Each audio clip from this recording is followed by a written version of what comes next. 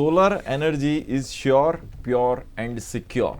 નમસ્કાર, હું હિતાંશ. આજની વિશેષ ચર્ચામાં આપનું સ્વાગત છે. મિત્રો, વિશ્વભરમાં અને ભારતમાં ઉર્જાની માંગ દિન પ્રતિદિન વધતી જાય છે, ત્યારે પરંપરાગત ઉર્જા સ્ત્રોતો પર આધાર રાખતા કાર્બન ઉત્સર્જન, પર્યાવરણ પ્રદૂષણ અને ઉર્જા સલામતી જેવી સમસ્યાઓ ઊભી થઈ રહી છે. એમાંથી સોલર એની સાથે સાથે ઉર્જા એક નવીન સફાઈયુક્ત અને ટકાઉ ઉર્જા વિકલ્પ તરીકે આગળ આવી છે.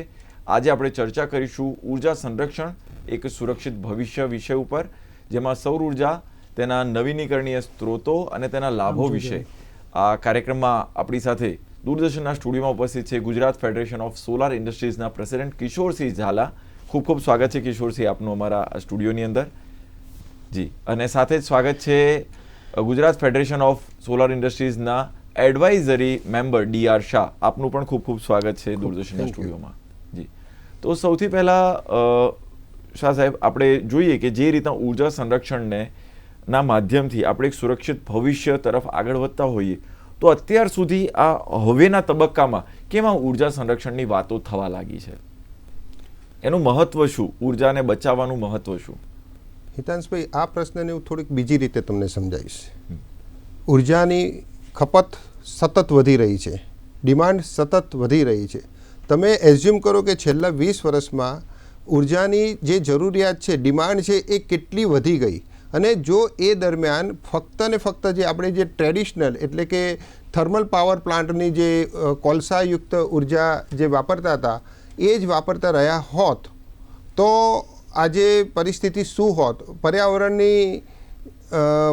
પર્યાવરણમાં કેટલો કાર્બન ડાયોક્સાઇડ ભેગો થયો હોત, અને જે પરિસ્થિતિનું અત્યારે દિલ્હીમાં અથવા તો વિશ્વના કેટલાક મોટા મોટા શહેરોમાં જે થઈ રહ્યું છે, એમાં જો આપણે ઉર્જાનું સંરક્ષણ કરવામાં જે પણ કર્યું છે એનો એક ભાગ છે કે જેના કારણે અત્યારે આપણે થોડું ઘણું તો સલામત છે. એટલે હવે ભવિષ્યમાં તમે ડે બાય ડે આપણી ઉર્જાની ખપત તો વધતી જ જાય છે, અને એની સાથે સાથે એનું સંરક્ષણ કરવું પણ એટલું જ જરૂરી છે. આપણે જંગલોને પણ બચાવવા જરૂરી છે. કોલસાને કારણે જે થર્મલ પાવર પ્લાન્ટની અંદર જે ઉર્જા આપણે પાવર જનરેટ થાય છે, એમાં 1 યુનિટ જનરેટ કરવા માટે 1 કિલોગ્રામ કાર્બન ડાયોક્સાઇડ જનરેટ થાય છે. અને આ કાર્બન ડાયોક્સાઇડની લાઈફ ઘણી જ વધારે હોય છે, કે જેથી કરીને કાર્બન ડાયોક્સાઇડનું પ્રમાણ વાતાવરણમાં સતત વધતું જાય છે, અને એના કારણે ગ્રીન હાઉસ ઇફેક્ટ આવે છે. એના કારણે ઉત્તર ધ્રુવ અને દક્ષિણ ધ્રુવ તરફના જે આઈસના મેલ્ટિંગનો ઇસ્યુ આવે છે, દરિયાની પાણીની સપાટી વધતી જાય છે, અને વાતાવરણની ગરમીનું પ્રમાણ સતત વધી રહ્યું છે, જે આપણે સૌ કોઈ જાણીએ છીએ. પણ અત્યારે આ પરિસ્થિતિમાં આપણે એવું ક્યારેય નથી વિચાર્યું કે જો છેલ્લા 20 વર્ષમાં ઉર્જાનું સંરક્ષણ આપણે ના કર્યું હોત તો શું પરિસ્થિતિ હોત. કુદરતે આપણને હમણાં રિસેન્ટલી સમજાવી દીધું છે કે ધારો કે કાર્બન ડાયોક્સાઇડ અને ઓક્સિજનનું મહત્વ.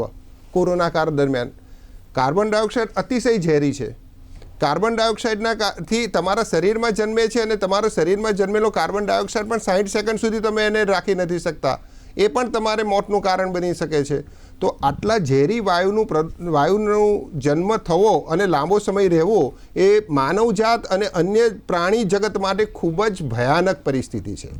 એટલે તમારે એક વસ્તુ છે, ઉર્જાને વપરાશ તો વધતો જ રહેવાનો છે, એની સામે તમારે એવો બીજો સોર્સ શોધવાની જરૂર પડી દુનિયા આખીને, કે જેથી કરીને કાર્બન ડાયોક્સાઇડનું ઉત્સર્જન ઓછું થાય. અને એમાં સૌથી આગળ આવે છે રિન્યુએબલ એનર્જી.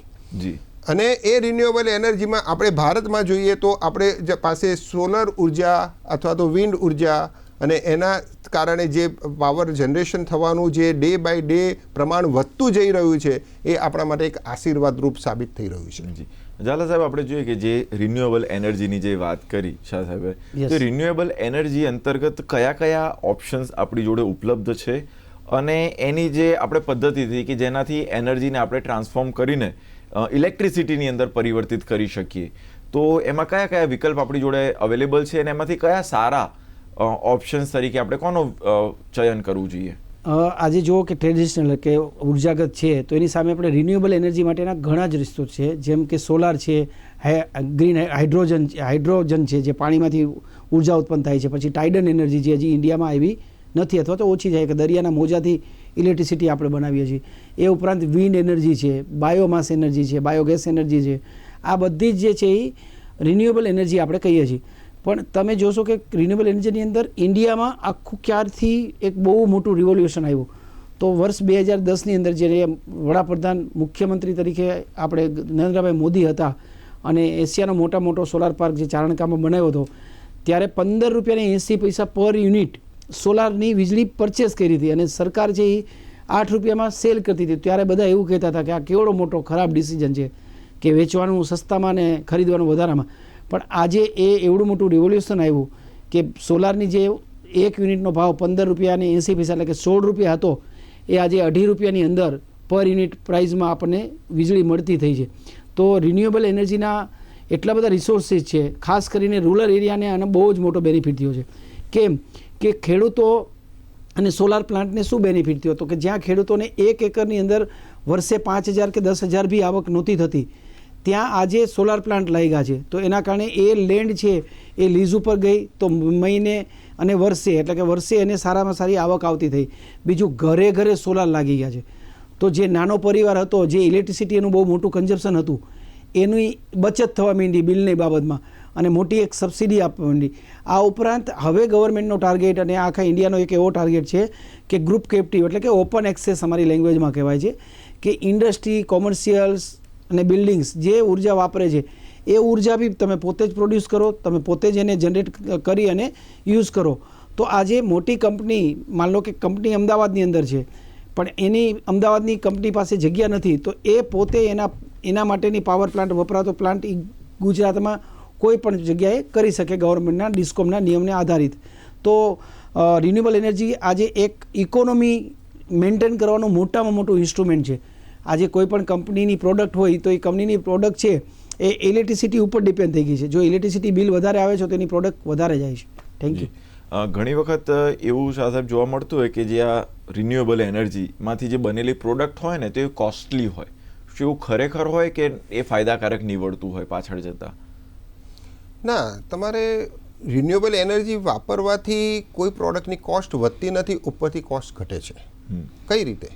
તમને સામાન્ય રીતે જે ડિસ્કોમનો જે પાવર પડે છે એ તમને એની કમ્પેરમાં તમે અત્યારે જુઓ છો, એ તમને અત્યારે પોતે પોતાના માટે જો ઇન્ડસ્ટ્રીઝ માટે પોતાનો પાવર નાખ્યો હોય, પોતાના શેડમાં અથવા તો કેપ્ટિવ તરીકે તમે બીજી જગ્યાએ નાખ્યો હોય અથવા તો 2-4 કંપનીઓ પોતે ભેગા થઈને ગ્રુપ કેપ્ટિવ તરીકે વાપર્યો હોય, તો સોલરનો પાવર પ્લાન્ટનો જનરેશન કોસ્ટ ઘણી ઓછી છે.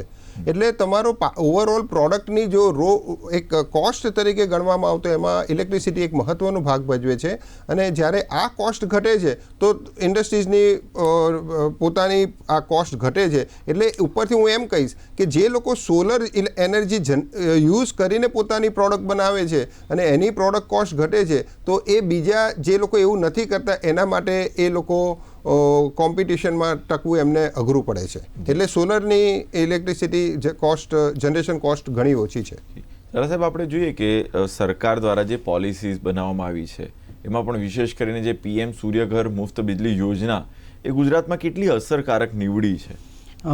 આપ જુઓ તો ગુજરાત ગવર્મેન્ટ હોય અને સેન્ટ્રલ ગવર્મેન્ટ હોય એટલે કે અમે એને એમિનારી કહીએ છીએ. એમિનારી એટલે ministry of new renewable energy મંત્રાલય.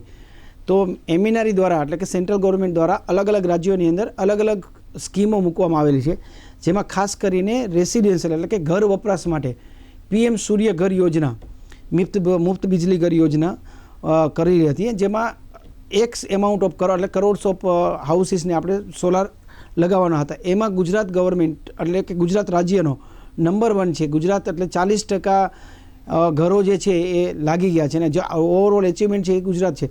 આ સિવાયની સોલાર માટેની ઘણી જ યોજનાઓ છે જે ખાસ કરીને ખેડૂતો માટે છે. આપણને ખાલી લોકોને PM સૂર્ય ઘર યોજના જ ખબર છે, પણ આ સિવાય સેન્ટ્રલ ગવર્મેન્ટે સોલાર માટે PM કુસુમ A એટલે કે ખેડૂતો, જે નાના ખેડૂતો છે, જે ખેડૂતોને વીજળી મળે છે એના માટે પોતે પાવર જનરેટ કરે ને પોતે જ સરકારને પાવર વેચે. PM કુસુમ B એટલે કે જ્યાં ઇલેક્ટ્રિસિટી પહોંચી નથી શકી, જ્યાં પાવર પહોંચી નથી શક્યો અને ત્યાં પાણી પાય તો જ એની ખેડૂતની આવક વધે, એના માટેને PM કુસુમ B એટલે કે સોલાર પંપ આપવાનું સરકારે ચાલુ કરેલું છે.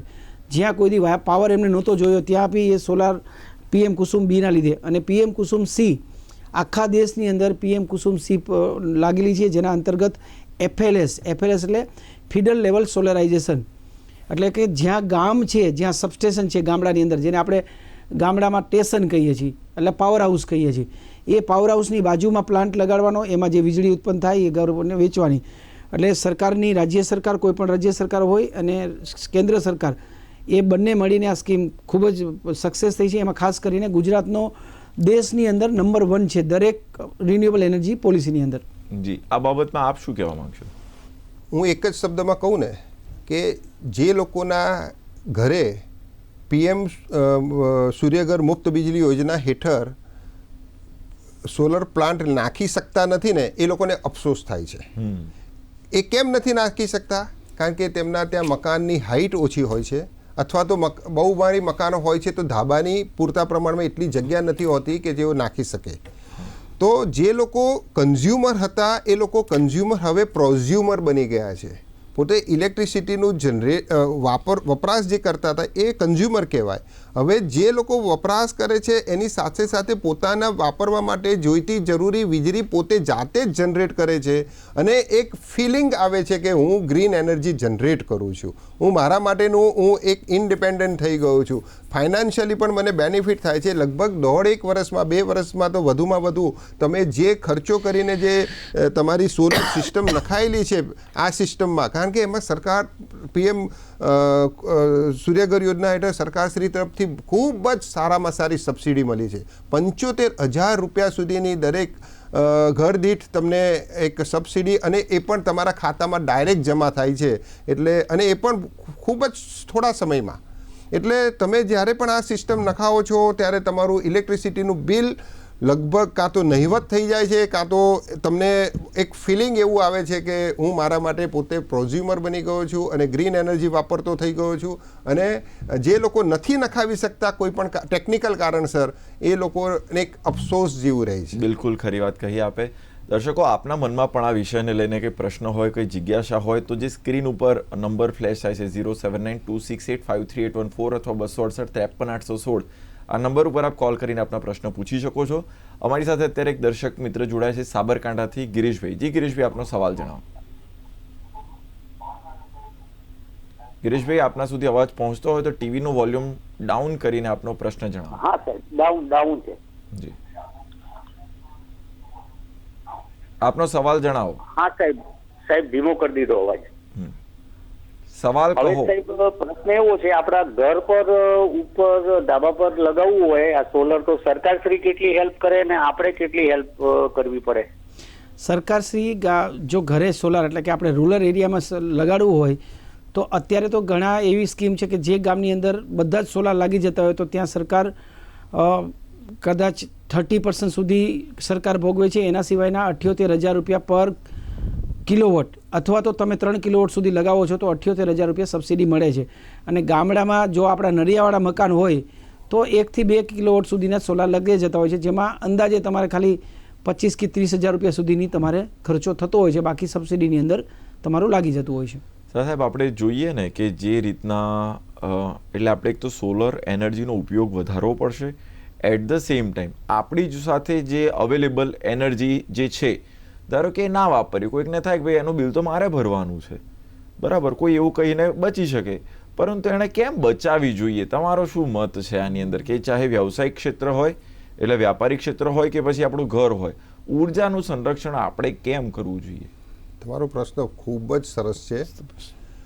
આ પ્રશ્નનો દરેક વ્યક્તિએ વિચારવું જોઈએ અને પોતાની જાતને પૂછવો જોઈએ. આજે મારી ફાઇનાન્શિયલ પરિસ્થિતિ સારી છે, પણ જે હું ઇલેક્ટ્રિસિટીનું કોઈ પણ પ્રકારનું બિલ ભરી શકું છું, અને મારા ત્યાં ધારો કે AC લાગેલા હોય તો હું AC 24 કલાક ચલાવું, કામનું હોય, જરૂરી હોય કે ના હોય, કારણ કે હું ફાઇનાન્શિયલી સ્ટ્રોંગ છું અને એ ભરી શકવા માટે સક્ષમ છું.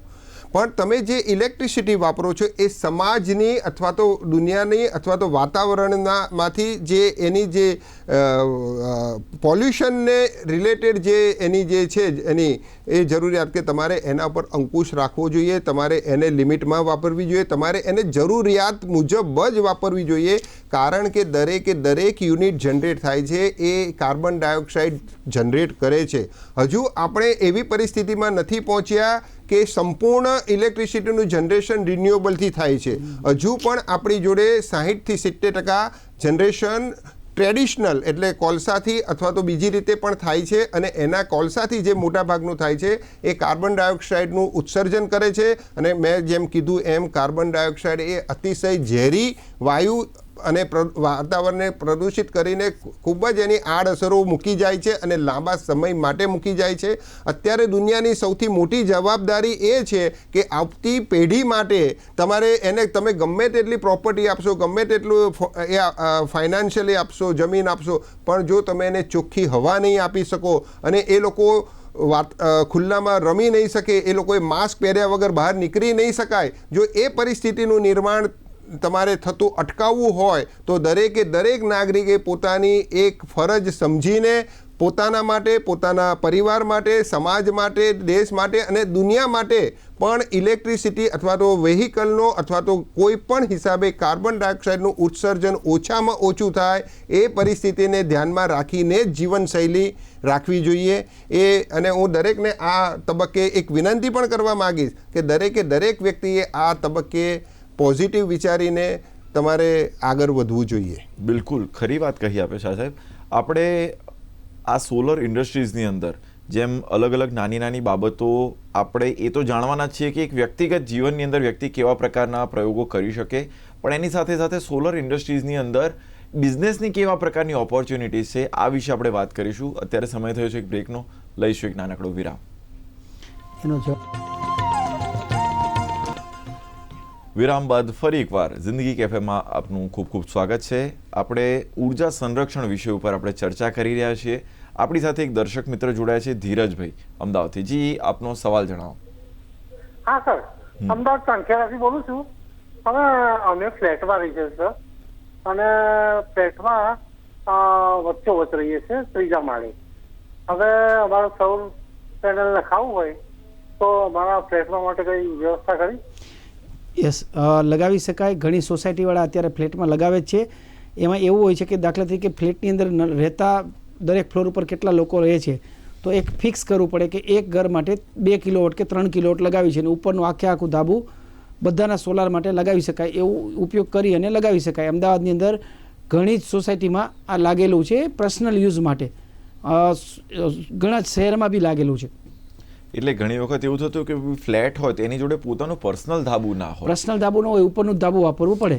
એના માટે એક કરાર કરવાનો હોય છે કે જે ધાબાની વહેંચણીનો કરાર કહે છે.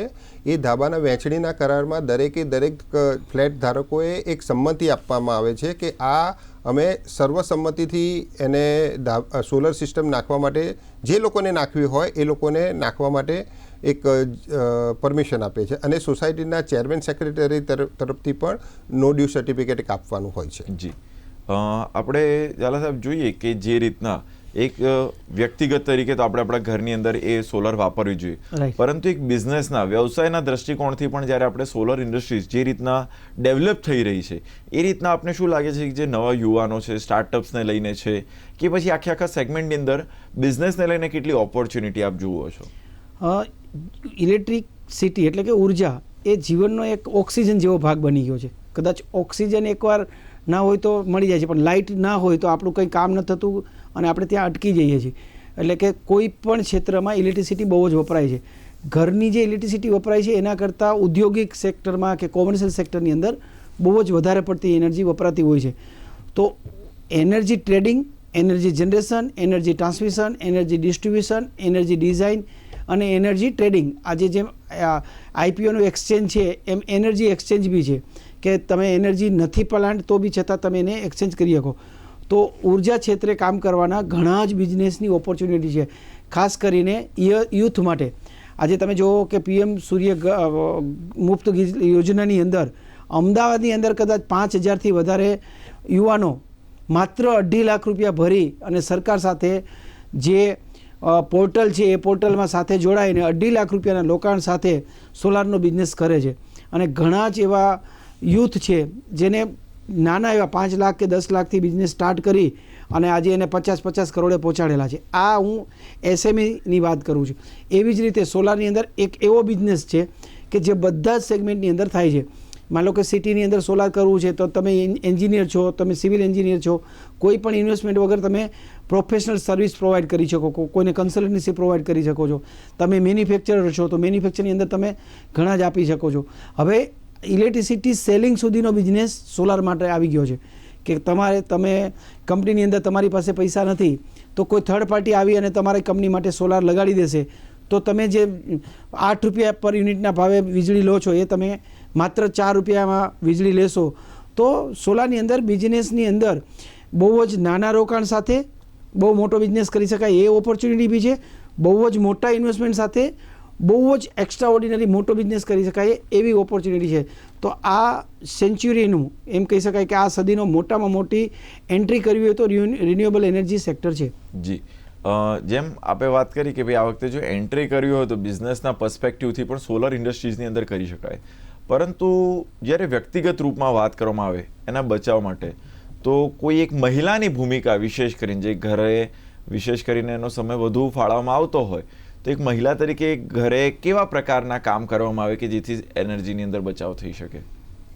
ખૂબ જ સુંદર પ્રશ્ન છે, કારણ કે આ પ્રશ્ન છે ને દરેકને લાગુ પડે છે. અને જે તમે મહિલાને લગતો પ્રશ્ન પૂછ્યો છે તો હું ઘરગથ્થુ વાતનું ઉદાહરણ આપીને કહીશ. સામાન્ય રીતે આપણે એક ફ્લેટની વાત કરીએ કે જે ફ્લેટ 5 માળનો, 6 માળનો કે 7 માળનો છે. એ ફ્લેટમાં પાણીની જરૂરિયાત રહેતી હોય છે.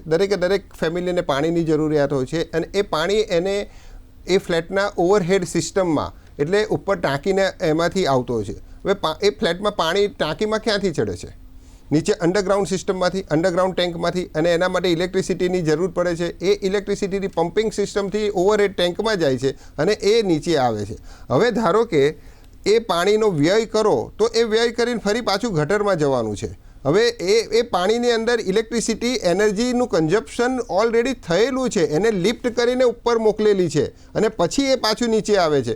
તો પાણીનો ખોટો વ્યય તમે સવારે બ્રશ કરવાથી માંડીને, કપડાં ધોવાથી માંડીને, તમારા દિનચર્યા દરમિયાન જો પાણીનો દરેક ફેમિલી દિવસ દરમિયાન 2 ડોલ 3 ડોલ જેટલો પણ બચત કરે અને સોસાયટીનું ઇલેક્ટ્રિસિટીનું બિલ તો ઓછું થશે જ. એના કારણે સોસાયટીના મેમ્બરને તો ફાઇનાન્શિયલ તો ફાયદો થવાનો જ છે, પણ જે સમાજને અને વાતાવરણને અને એ જે ફાયદો છે જે આપણે જોઈ શકતા નથી એ એક સાયલન્ટ ફાયદો ખૂબ જ ઉપયોગી થશે છે. કારણ કે આનું ક્વોન્ટમ બહુ છે. દરેક ફેમિલી આ રીતે બચત કરે, દરેક જણ આ રીતે બચત કરે તો એ થઈ શકે છે. બીજું, ટેકનોલોજીનો ઉપયોગ. ધારો કે તમારે ત્યાં સોસાયટીમાં હવે નવી સ્કીમો બને છે, 30 માળ 40 માળ, તો આ બધામાં 3 લિફ્ટ હોય, 4 લિફ્ટ હોય, 5 લિફ્ટ હોય. કોઈને પણ લિફ્ટનો ઉપયોગ કરવો હોય તો એ 4 લિફ્ટ હોય તો 4 લિફ્ટના બટન દબાઈ દે છે.